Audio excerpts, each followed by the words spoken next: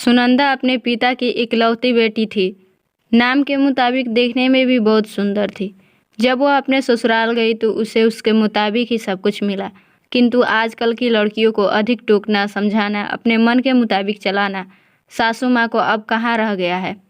एक कहावत तो आपने सुनी ही होगी, जो किया बहू से टकरार, खो दिया उसने बेटे का प्यार। इस कहानी के मुताबिक सुनंदा की सास सुनंदा को हमेशा समझाती, बहू ऐसा करो, बहू ऐसा ना करो।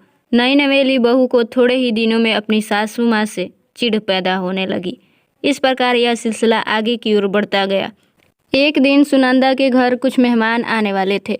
सासू माँ बोली, बहू आज कुछ अच्छी अच्छी व्यंजन बनाओ और मेहमानों के लिए चाय नाश्ता के इंतजाम भी अच्छी तरह से होनी चाहिए। बस अब क्या था, इतना सुनते ही सुनंदा गुस्से से लाल हो गई। उसने जल भुनकर उस दिन तो काम किया, लेकिन उस दिन के बाद सुनंदा ने चाल चलना शुरू किया। सास जैसा करती वह ठीक उसके विपरीत करती थी। सास ने भी पुरानी कहावत के मुताबिक बहू को उसके माता पिता को गाली देना, उसे कोसना और बड़बड़ाना शुरू कर दिया। सास बहू में आनाकानी हमेशा चलता रहता था। एक दिन सुनंदा अपने पिता के घर रोती पीटती पहुंच गई। वह अपने पिता से बोली, पिताजी आप तो डॉक्टर हो, मुझे कुछ ऐसी दवा दीजिए जिसे खिलाकर वह बुढ़िया गूंगी हो जाए, क्योंकि वह मुझे गंदी गंदी गालियाँ देती है। इस पर पिताजी कुछ सोचते हुए बोले, बेटी मेरे पास एक ऐसी दवा है, लेकिन यह कड़वा है, वो आसानी से नहीं खाएगी, इसलिए मैंने एक युक्ति सोची है। तुम हर रोज 1 महीने तक यह दवा अपनी सास को खाना में मिलाकर खिलाती रहना। ठीक 1 महीने में वह पूरी तरह से गूंगी हो जाएगी। लेकिन हाँ, यह दवा थोड़ा कड़वा है, इसीलिए तुम खाना इतना प्यार से खिलाना कि उसे पता ही न चले।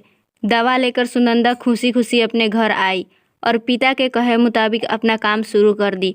अब सास जो कुछ भी कहती उसे वह मानती और उलटकर जवाब भी नहीं देती, क्योंकि वह जानती थी कि बुढ़िया तो अब महीनों भर में गूंगी होने वाली है। बोल ले जितना बोलना है, उसके बाद वह चैन से रहेगी।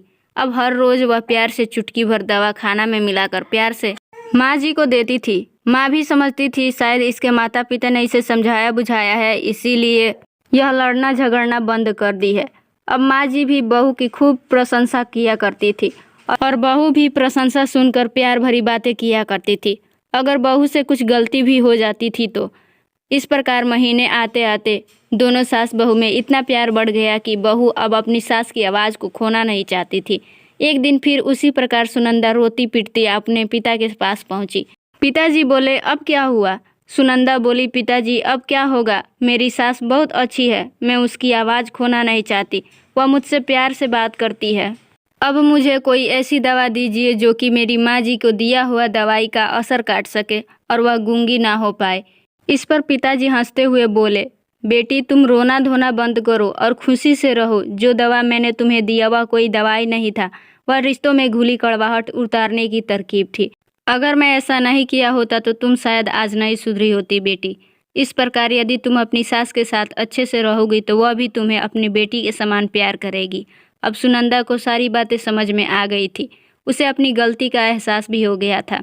वह वापस अपने ससुराल चली आई। इसके बाद दोनों सास बहू प्यार से रहने लगी। उनके बीच स्नेह और अपनापन का भाव आ गया और घर खुशियों से भर गया।